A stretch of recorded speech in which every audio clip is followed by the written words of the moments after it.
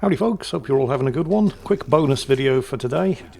Really more of an announcement because I know that Chaos Gate Daemonhunters was a pretty popular video series on this channel, and the news has just been released that they're releasing another DLC. This is the very reasonably priced Execution Force DLC. It's going to be available on the 25th of July, priced at $12.99 or $14.99 in dollars or $14.99 in euros, and it allows you to bolster your squad of Grey Knights Marines with members of the Officio Assassinorum, Imperial Assassins.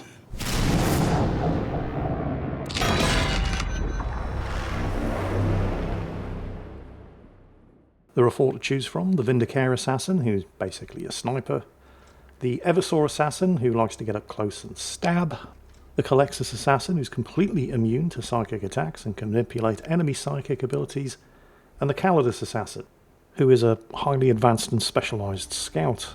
The DLC also introduces a couple of new mission types. You've got the Tentaris Hive missions, and these missions, by the way, are all exclusive to the DLC. And in these Tentaris Hive missions, you have a new bloom spawn called the Tentaris Hive, which is spreading its corruption over the planet on which it's located, but you can't actually attack the hive until you've taken care of a number of lesser bloom spawn protecting it. The problem, because there's always going to be a problem, is that the longer that you take actually eliminating the lesser bloom spawn and getting to the hive itself, the more reinforcements it's going to have summoned and the more mutations it's going to have given them. So yeah, you can't afford to mess around. The other new mission type are boarding actions. Now, technically there were boarding actions in the base game without this Execution Force DLC, but they were resolved automatically. An event would pop up on the timeline and you would choose to deal with it or not by sending a squad of Marines over. They would resolve it automatically and may or may not come back with some wounds, but they would gain some experience. Well, in Execution Force, you actually get the choice of fighting these boarding actions yourself. You're beamed aboard an enemy cruiser that's attacking your command ship, and then you have to fight your way to its power generators, destroying it and disabling the enemy ship. Failure to resolve this type of mission will result in significant damage to the Baleful Edict, your command ship. On the other hand, successfully completing these boarding actions will yield equally significant rewards. Both the Tentaris Hive missions and the new Death Guard boarding action missions all take place on 5 completely new map variants. As for how to actually access this Execution Force DLC, that depends on whether or not you already have the base game, Chaos Gate, installed, and have an existing save game, or not. If you do have an existing save game, and you've made it past the first Grandmaster's report, then you'll get contacted from the Officio Assassinorum after 10 days in-game.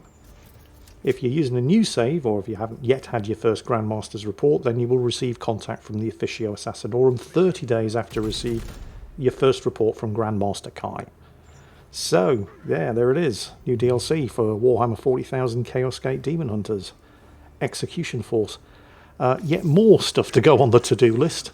Right after I've finished Aliens Dark Descent, System Shock. Oh my God. So much good stuff and so little time to play it all in. I know. First world problems.